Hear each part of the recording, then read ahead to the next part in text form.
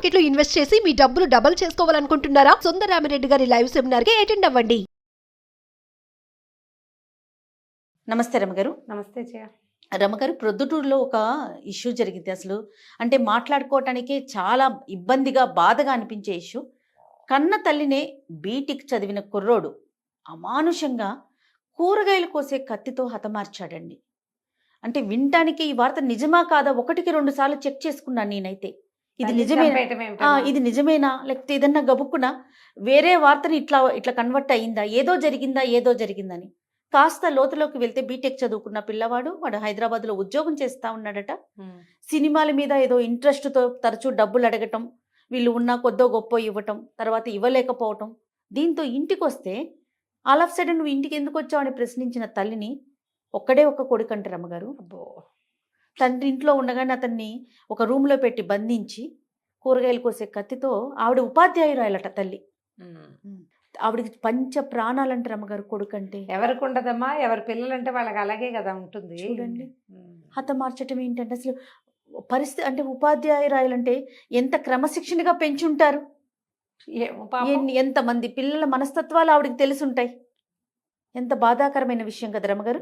మానుషం పోయిందమ్మా మనకి. మనుషుల్లో హ్యుమానిటీ అంటే సహజమైన లక్షణం కదా, మనుషులకి ఉండాల్సిన సహజ లక్షణం ఏంటి? మానుషమే. అవును. నొప్పి, బాధ ఇవి తెలిసి ఉండాలి. ఆపేక్ష, ఆప్యాయత, ఇది మనది, ఇది పరాయిది, వీడు మనలాంటి వాడే. ఇలాంటి భావాలన్నీ మనుషులకు సహజమైన భావాలు. అవి పోతున్నాయి మనకి సమాజంలో నుంచి. అది బయటికి వెళ్ళిపోయింది జయ. అవునండి. ఇప్పుడు ఈ పిల్లవాడు వాళ్ళ అమ్మని చంపేసి వాడు పారిపోలా.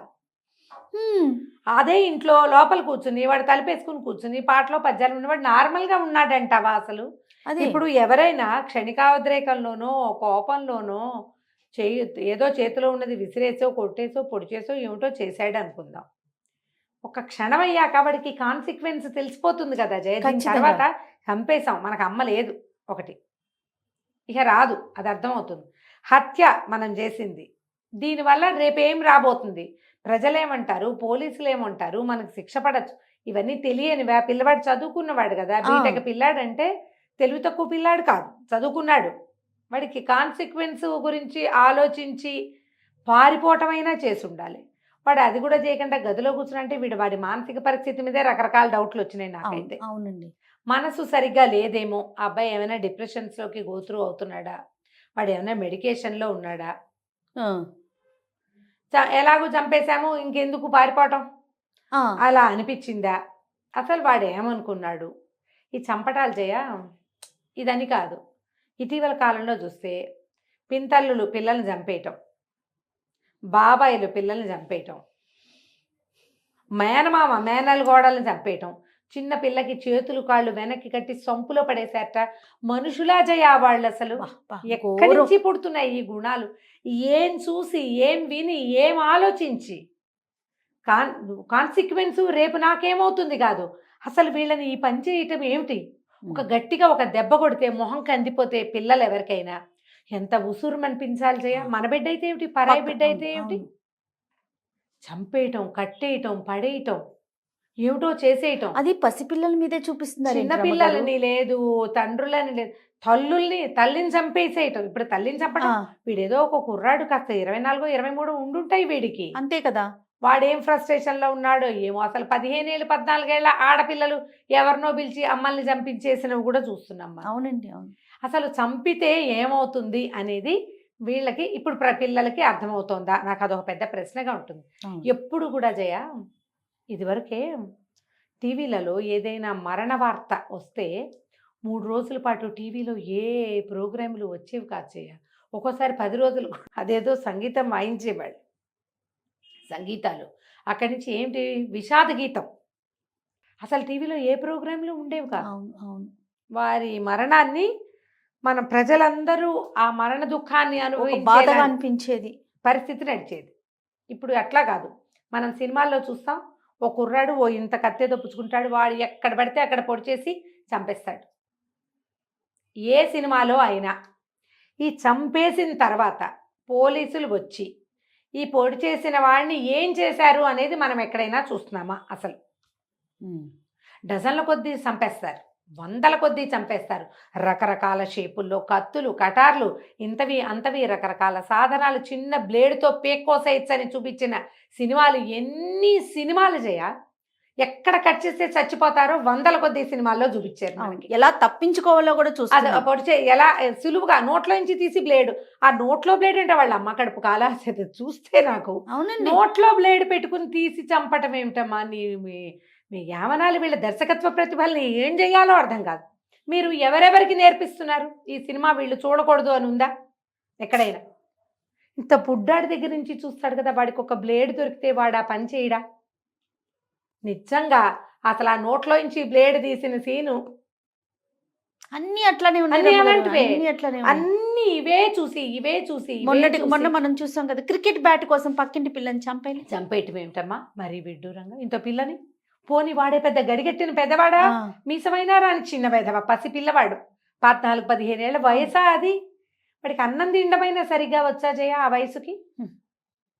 ఇవి ఎలా ఉంటుందంటే మనం ఏది చూసినా మనని ఆ వైపుకి ప్రోవోక్ చేసేది. వీళ్ళ మీద పగ తీర్చుకోవాలంటే వీళ్ళ తాలూకు వాళ్ళని చంపేయాలి అంతే.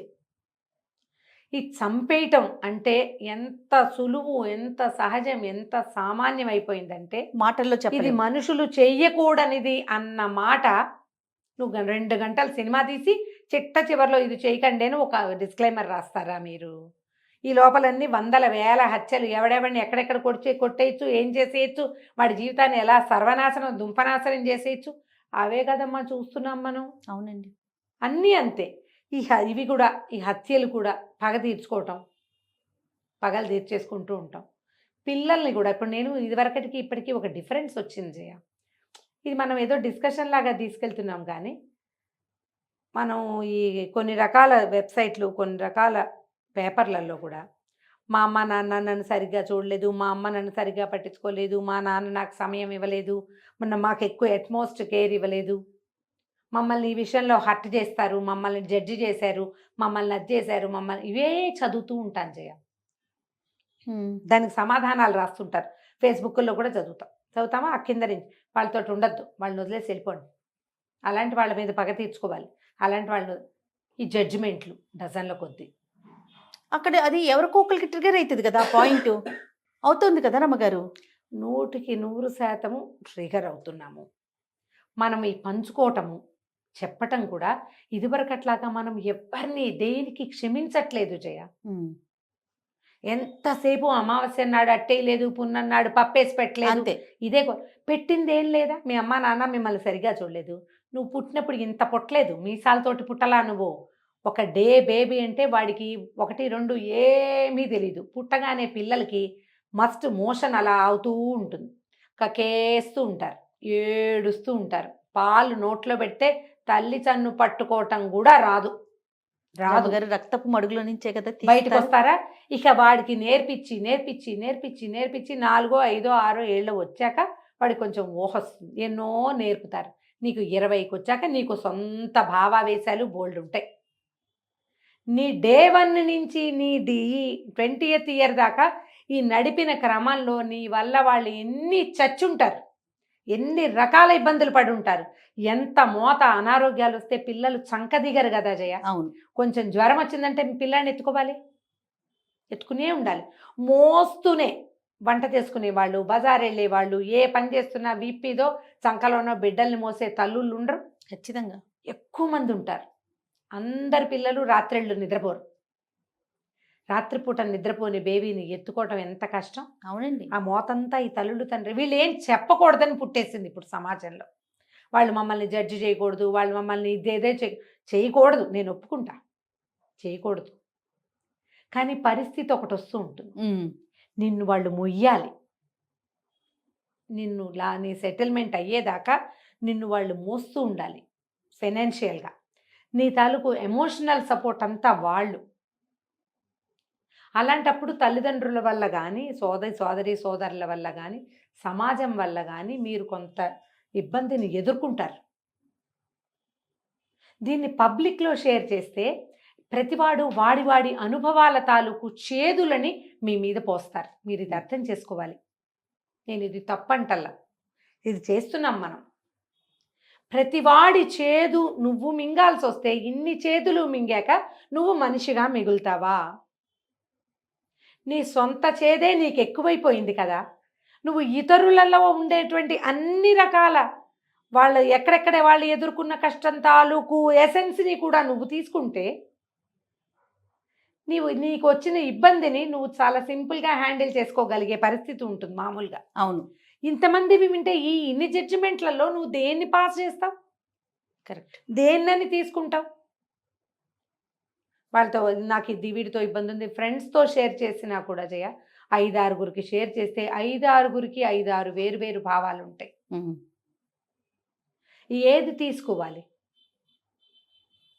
హ్యాండిల్ చేయలేకపోతున్నారా? మా పిల్లలు ఇప్పుడు కష్టపడుతున్నారు, హ్యాండిల్ చేయలేకపోతుంది. ఇప్పుడున్న చిన్న సమాజం మనకు ఎట్లా అయిందంటే వీళ్ళకి పేరెంట్స్ పరిస్థితులు ఒక రకంగా ఉంటాయి, పిల్లలు చూసే సమాజం వేరు, వాళ్ళు తెలుసుకుంటున్నది వేరు, వాళ్ళ స్కూళ్ళు కాలేజీల్లో వాళ్ళు చూసేది వేరు, ఈ ఇన్స్టాలలో కానీ ఈ సోషల్ మీడియాలో కానీ వాళ్ళు వర్క్ చేసే వర్క్ ప్లేసుల్లో కానీ వాళ్ళు చూస్తున్న సమాజము, వాళ్ళు ఎదుర్కొంటున్నటువంటి సమస్యలు వేరు. ఈ పాతబడిన వెనకబడిన పేరెంట్స్ తాలూకు భావాలు ఈ పరిగెత్తించేసే ఈ భావాల మధ్యలో యువతరం కొట్టుమిట్టాడిపోతుంది. ఏం చేయాలో తెలియటల్లా వాళ్ళకి, అవును, ఏం చేస్తున్నారో అర్థం కావటం లేదు. పిల్లలు పాడైపోతున్నారు కదా. వీళ్ళు ఎట్లా రేపటి సమాజాన్ని ముందుకు తీసుకెళ్ళగలుగుతారు? పిల్లల్ని జాగ్రత్తగా హ్యాండిల్ చేయవలసిన బాధ్యత పేరెంట్సే కదా. ఖచ్చితంగాను. పైగా పిల్లలేమో సమాజం ఎట్లయింది, నేల విడిచి సాము చేయటం. సామాన్యమైన కుటుంబాలు వీళ్ళు పెద్ద వేషం, ఏదో ఎవరో వేస్తున్న వేషం వేసేయాలని చూస్తారు పాపం. ఆ రకమైనవి మనకి ఏమంటారు అట్రాక్షన్స్, ప్రపంచం ఇచ్చే అట్రాక్షన్స్ అన్నీ ఇన్ని కాదు. అదేదో సూపర్ అనిపిస్తుంది, అదేటో చేసి నువ్వు చూడవా 20-25 ఉద్యోగం చేసే పిల్లలు ₹1,00,000 ఫోన్లు కొనేసుకుంటారు. అవును రమ్మగారు. సమాజం ఇన్ని పక్కల నుంచి లాగేస్తుంటే యువతరానికి అర్థం కావటల్లా. పైగా ఎప్పుడు కాన్సిక్వెన్స్ని తెలుసుకునే అవకాశం అసలు లభించట్ల. ఏ కాన్సిక్వెన్స్ని వాళ్ళు ఊహించలేదు. ఇప్పుడు ఈ పర్టికులర్ కుర్రవాడు ఎవరైతే వాళ్ళ అమ్మని పాపం సంహరించేశాడో వాడు హతమార్చేశాడు. హతమార్చిన తర్వాత మనకు అమ్మ లేదని వాడికి అర్థమైందో లేదో, అవును, తను జైలుకి వెళ్తానని వాడికి అర్థమైందో లేదో, తను సమాజానికి ఎలాంటిది చూపిస్తున్నాను, ఎలాంటి బ్యాడ్ ఎగ్జాంపుల్ అవుతున్నాను అనేది వాడికి తెలుస్తుందో లేదో, ఏం తెలీదు వాడికి.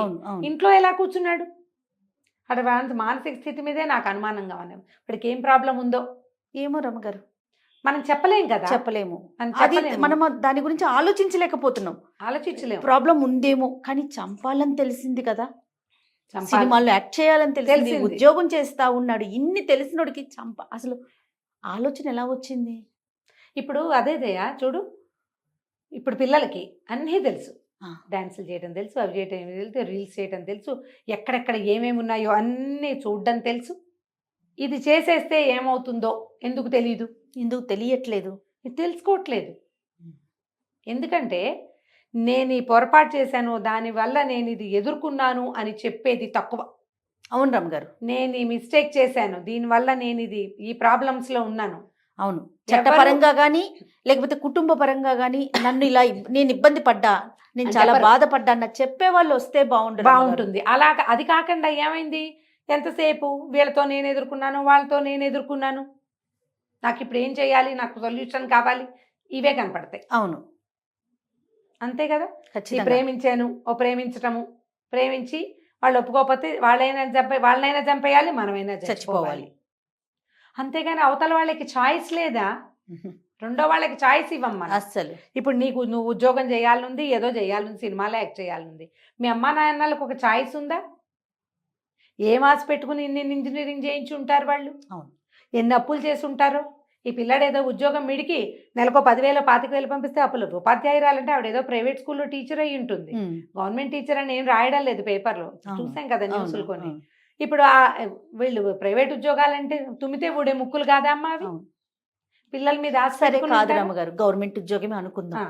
అయితే మాత్రం సినిమాల్లోకి వెళ్ళాలంటే దానికి వెనకాల ఎంత ఉండాలి, నీ కెపాసిటీ ఉండాలా, చాలా ఉండాలి కదా రమ్మగారు, చాలా ఉండాలి. పైగా వాటికేమో ఈ సినిమాల్లో చేసి ఎంతమంది చేయట్లేదు, కానీ ప్రతివాడు లక్ ఫ్యాక్టర్ ఉండాలి మరి, రావాలి కదా, బ్యాక్గ్రౌండ్ కావాలి, టైం కావాలి. దాంతోపాటు నీతో పాటు నీ పేరెంట్స్ కూడా ఓపిక ఉండాలి. వాళ్ళు కూడా దానికి వెయిట్ చేయగలిగి ఉండాలి. వాళ్ళకి ఏం ప్రెషర్స్ ఉన్నాయో పాపం. ఇప్పుడు చూడు, పిల్లవాడు జైలుకి వెళ్తాడు, లేదా తల్లి హత్యా నేరం మీద ఇదిలో వాడు సమస్యలో ఉంటాడు. ఆ తండ్రి ఒకడే అవుతాడు, వాళ్ళకు ఒకడే పిల్లవాడు. చూడండి. ఏమిటా వాళ్ళ జీవితం అమ్మ. ఏదైనా చేసే ముందు, ఏం చేసినప్పుడైనా సరే ఆలోచించండి. యువతరానికి ప్రధానంగా ఇది మనం నేర్పించాలి. ఖచ్చితంగా. కాన్సిక్వెన్స్ ఆలోచించకుండా ఏ పనులు చెయ్యొద్దు. ప్రతిదానికి చూడు, ఏదో ప్లాన్ చేస్తామా, plan A, plan B, plan C ఉంటాయా? అవును. ఏబిసి ఉన్నాయి కదా. ఏదైనా ఒక పెద్ద పని, భయంకరమైంది, తొందరపాటు పని చేసేటప్పుడు వాట్ ఈజ్ వాట్ అని ఆలోచించుకోవాలి కదా. ఖచ్చితంగా ఆలోచన చేయాలా. వాడు పారిపోకపోవటం ఏమిటనేదే నాకు ఆశ్చర్యంగా ఉంది. ఎందుకు పారిపోలేదు? ఇంకోటైతే పారిపోడా? అవును రమ్మగారు కదా. పిల్లలు ఈ వైపుకి ఎందుకు వెళ్ళిపోతున్నారో సమాజం అంతా ఆలోచించాలి జయ. ఖచ్చితంగా. దీన్ని ఎంకరేజ్ చేయకూడదు. ఏదైనా మాట వచ్చినప్పుడు కూర్చుని మాట్లాడుకోవాలి. పదే పదే ఆ తల్లి కూడా వాడిని ఏం కేకలేసిందో, ఎన్ని మాటలు అని ఉంటుందో. తెక్కపుట్టిపోయి చేశాడేమో ఒళ్ళు తెలియని స్థితిలో. అవునో కాదో మనకేం తెలీదు. అయిపోయింది కదా. ఇప్పుడు వాడు అది ఏం చెప్తాడు? సరే ఏమన్నా తిట్టిన ఏమైనా? ప్రాణం తీస్తావా? తీస్తారా? ప్రాణం ఇచ్చిన తల్లినే నువ్వు ప్రాణం పైగా తీసి పనిమాల ఓ కత్తి తెచ్చి చంపి బయటికి తీసుకొచ్చి మరీ పడేసి తండ్రిని గదిలో పెట్టేసి. వాటి తెలివితేటలు చూడండి. ఇవి ఎంత మాత్రం ఏమనాలంటే అసలు వినకూడదు మనం. అవును రమ్మగారు. మళ్ళీ మళ్ళీ ఇలాంటి వార్తలు వినకుండా ఉండాలంటే, ఇలాంటివి జరగకుండా ఉండాలంటే ఎవరి వంతు ప్రయత్నం వాళ్ళు చేసుకోవాలి. పిల్లలతో సరిగ్గా మాట్లాడుకోండి. పేరెంట్స్ సరైన మాటలు చెప్పుకోండి. వీళ్ళు నేల విడిచి సాము చేసే విధానంలో ఉంటే వాళ్ళని మొదటి రోజు నుంచే వాళ్ళని నేల మీద నుంచోబెట్టండి. నువ్వు ఇంద్రుడివి, చంద్రుడివి, ఆహా ఓహో నీలాంటి తెలివిగలవాడివి నువ్వే అంటే ఇదిగో ఇలాగా తయారవుతారు. మన పరిస్థితి ఏంటి, మన సంగతి ఏంటి, మనం ఎంత చేయగలం, ఏది చెయ్యలేము అనేది వాళ్ళకి అర్థమయ్యేలాగా చేయండి. ప్రయత్నం చేయటమే, అంతకంటే ఏం చేయలేమమ్మా. అవును అవును. మన జాగ్రత్తలో మనం ఉండటమే. ఎవరైనా నువ్వు ఎంతసేపు దొంగాడ ముక్కు కొరుకుతావు రాలని, ఒరే వాళ్ళ అమ్మని వాడు చంపిన నువ్వు నన్ను చంపేస్తావు కాబట్టి అలాంటివి అనకండి. పిచ్చి మాటలు అవి కాదు. నాన్న జాగ్రత్తగా ఉండాలి, ఒకళ్ళకొకళ్ళం ఉండాలి. మాకు నువ్వు, నీకు మేము, ఇలాంటివేవో 4 మంచి మాటలు చెప్పుకుని భార్యో భర్తో ఎవరో ఒకళ్ళు కేకలేస్తే కేకలేయాల్సిందే. రెండో వాడి పిల్లాన్ని దగ్గరికి తీసి మంచి మాటలు ఆడిచ్చి, ఏ టీచర్లతోటో కజిన్స్ తోటో కొంచెం మంచి సలహాలు చెప్పించి, పిల్లలు ఎలాంటి హ్యాబిట్స్లోకి వెళ్ళిపోతున్నారో, ఏ రకమైన మానసిక సమస్యల్లోకి లోనవుతున్నారో గమనించుకోండి, జాగ్రత్త పడండి. ఇదంతా అలార్మింగే జయ. అంతే. ముందు ముందు మనం ఇంకా చూడు, పిల్లల్ని చంపేసే వాళ్ళు, పిల్లల్ని చంపేసే తల్లులు వాళ్ళని చూస్తున్నాం. తల్లుల్ని చంపేస్తున్న పిల్లలు, చుట్టుపక్కల పిల్లల్ని చంపేస్తున్న పిశాచపు చుట్టాలు, అంతా అలారమే. అన్ని గంటలు మోగిపోతున్నాయి మనకి చుట్టుపక్కల. అవును. మీరెంత జాగ్రత్తగా ఉంటారు అనే దాని మీదే మన భవిష్యత్తు ఆధారపడి ఉంది. ఖచ్చితంగా రమ్మగారు. భయం వేస్తోంది కదా. చాలా భయం అనిపిస్తుంది. రైట్ రమ్మగారు. నమస్తే. నమస్తే జయ.